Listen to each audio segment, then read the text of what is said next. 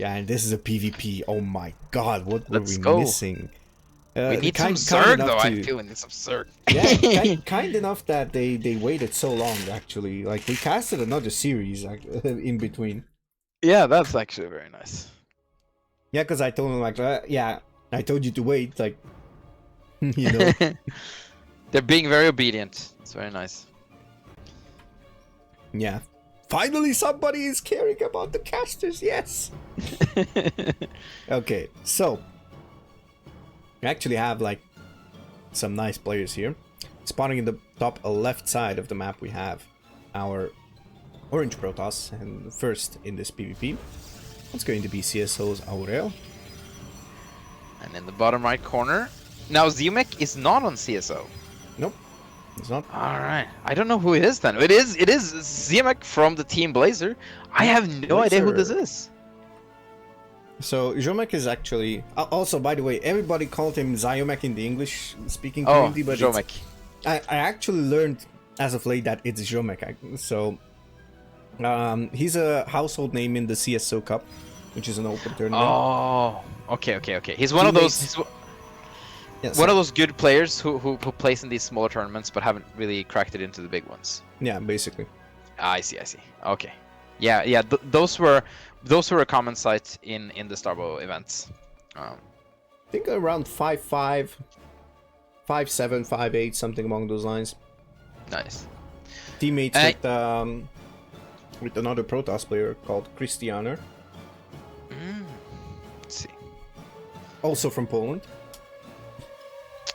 There are a couple of little quirks here. So first of all, playing Starbow may feel slightly claustrophobic, and that's because the camera is actually zoomed in slightly compared to StarCraft 2. Oh yeah. And then the second little weird thing is that if you look at the ramp between the main and the natural, there's actually 4 little boxes there. Yeah. And those are there on every single. If there's a ramp from the main to national and Starbow map, there's always 4 boxes there, and that is to ensure that you can wall off with a certain amount of unit, either at the top or at the bottom, and it also makes like proxy cannon rushing not as good because I think like it's awkward to put like 1 pylon there to block off because of those. I don't remember. Yeah, they actually block the building pathing, so you have to put the pylons. You need like 3 pylons to block it off or something like that. Okay. Yeah, I figured that's going to be the case. Yeah. So all these little quirks that we... Dude, I have to tell you, like, recreating Brood War, or trying to recreate Brood War in the StarCraft 2 engine was insane. Like, it was so much more work than we ever thought it would be. There are so many little, tiny, weird interactions in Brood War that we didn't know about until we started to try to recreate them, if that makes sense. I smell a Reaver drop. Ooh. I'm not an expert, but I smell a Reaver drop. we have a robotics coming now. The probe of Ziomek, thank you, is scouting everything. There is a Dragoon. Okay, there we go. Dragoon is out, but he saw the robotics. Now, actually, in PvP, going for early Starport Sentinel, I think we call them Sentinels, is actually quite strong as well. It's Sentinel, yes. Yeah, that is actually it's hard for me to remember because in Immortal, which is the game I'm working on now, we also have a Sentinel, and I was just making sure I didn't just but the think Sentinel they were called different Sentinel. there, so yeah, it's very different. But Sentinel is kind of like a Corsair almost. But yeah, there. So quicker expansion from Ziomek, but you know, if Aureil can deal damage with this Reaver drop, that would be huge. Yeah, Aureil is actually... He's really good in Brood War, so... If I recall, he said he was playing quite a lot, and... Oh, I'm not gonna stay here and just not acknowledge the fact that whenever we were playing this mod, we were like, okay, so what do you suggest? That he was like experimenting with stuff, and... We went to bed, at least I went to bed. KV and Aureil all still stayed up, I think, for a bit more. I actually went to bed at like 5:15, 5:20, something like that in the morning. Oh wow. So yeah, and I woke up to basically the vibration of my phone that received a message, because I was like, okay, I want to sleep at least 4.5 hours because I had like a coaching session in the Holy morning crap. as well. One of the gold players that I help out wanted to make it at like 10, and I'm like, okay, and 9:40 is the time when I want to wake up earliest. And then I got like a message at like 9:15. I'm like, oh crap, like, what is this? And then my mom called, and I'm like, okay, whatever, I want to sleep. And then I just look at the SMS again, and I see my new keyboard has arrived. Oh, nice. There's like an easy box from the site that, well, basically it's like a storage, but you can pick it up from there if you already paid for it and whatnot. So it's quite cool. You don't have to deal with like shipping and just syncing up with the person, you know. They just deliver it there and you pick it up whenever you want. So my eyes just opened. That's all I wanted to say.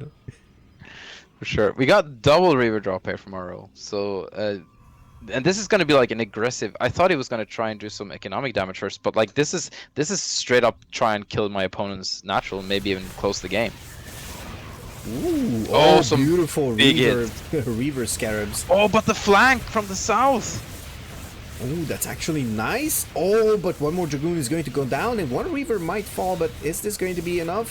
Oh, beautiful pickup. Oh, he needs to drop it. He needs to drop it. Okay. Oh, just barely not getting to the high ground. Quite I think Ziomek's gonna hold this, but it's gonna cost him. Oh, he's using the energize. Nice. Yeah, he's energized the pylon, but that is going to be the Dragoons falling. How many? Okay, there's 4 gateways here, so maybe a bit of chrono boost here. He has 2 Kadarin Citadels, so that could make it a bit easier. There's no probes here on the natural. Ooh, the Reaver will destroy 2 more, but there's only 1 single Dragoon. Is there a recall available for Aureil? That is the question. Can he recall this? Ooh, he's not going to be able to at this point anymore. And okay, well, yeah, that was the dust settles, I think it's pretty even in the end there, to be honest, because Ziomek got his expansion up. No, I mean Aureil got his expansion up. Yeah, he has a Kadarin Citadel already on the natural, so I guess if he uses the chrono boost to like build up a couple of workers, or maybe just do a counterattack, then he might be okay. Yeah, for sure. Now, I was talking earlier about the little quirks in Brood War that we tried to recreate, and one of them is actually in the Reaver, where in Brood War, if you retreat from a scarab and the scarab explodes, you take less damage than if you just stand in it. And that's because the scarab has these different damaging zones. Like if you're further away from the scarab, you take less damage than if you're close. But there's also a tiny delay between the explosion of the scarab and the damage being dealt, which means that a very speedy unit retreating, will take less damage. It's a really nice little quirk to have a really cool interaction. Okay. Oh, by the way, what I was going to say about Aureil as well, like we were practicing with him. Like he's the best player at this mod in CSO, I think. Nice. Haven't seen Morrow, and Morrow is determined. Whenever Morrow just decides like, okay, I want to win, then he's ready to like wreak some havoc. He's the type of player who will actually play on a range of 4K to 6K. Depending on if he feels the game or not. Interesting. Yeah, so wow. we have this very sneaky war prism going all the way around the map from Aureil here. It's gonna come in towards the south. He's gonna spot this third base, and yeah, he's definitely. I was gonna say, is he gonna drop in the main? But all you have to do is to click on the war prism, see where it shifts queued, and you know it's gonna drop in the main. Question is this Nexus gonna spot this? That's a good question. It should spot it, but it's gonna be. It doesn't. It doesn't spot it at all. All right. That is unfortunate.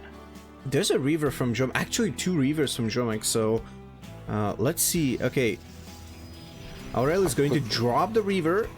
Beautifully cleaning up a couple of probes there. One more probe, and he's...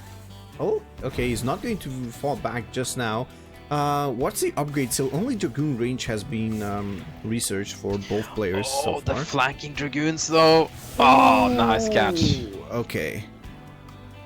I don't think it would have dealt anything different. No, I think actually if he had come a little bit later, he could have harassed the third base and gotten a lot of workers there maybe. But it was a good drop. It was a good effort. Yeah, he was pretty good at not overstaying his welcome, but it's unfortunately got picked off anyway. Yeah, that means he's out of Reavers currently. Ooh, and look at this SimCity actually. Is there space for a Reaver to actually pop out on the left side? Oh, that's a good question. He's like completely blocked off the robotics facility. I think the pylon doesn't completely block the left side there, but that's... Man, this base is like the most structured thing I've ever seen in my life. Yeah, I mean, it shows that he is experienced in Brood War, but actually you don't have to be placing your buildings just like in Brood War. You don't need gateway clusters because you can just hotkey how many buildings you want. Ooh, the Reavers! Oh, that's going to deal a lot of damage, but actually Aureil is just going to get rid of those Reavers. Fresh Reaver is on the way, and now Zealots are being produced. There is legs upgrade, so leg enhancements are going to be the thing here that will keep Aureil on the offensive. Yeah, it's like you notice how important that War Prism is for the Reavers to be mobile. Like when you just have Reavers, they're so vulnerable, so easy to pick off, and especially with the Zealots coming in the front to tank, those are perfect to add in the mid game in PvP. And this is really difficult for Ziomek to deal with. This push, this counter push from Aureil here is incredibly strong.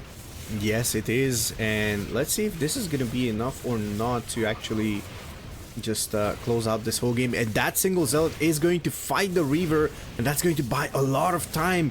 That means this Reaver is not going to fire another time, and that's quite a lot of expensive units going down for Ziomek. Where did that Reaver come from? What was it doing up there? I didn't even notice it until it died. What the heck? I don't know. There was a couple of Reavers. I guess it was just rallied a bit further outside of the natural. Fair. On the other hand, though, if Ziomek can stabilize, he has 3 bases up and running. Well, he's lost a lot of workers, but you know what I mean. And he would technically still be in the game if he could stop this attack. Yeah. Let's see if this is gonna be the case, because honestly, Aureil is having like a blast here, just actually massacring everything. There's a lot of supply difference here.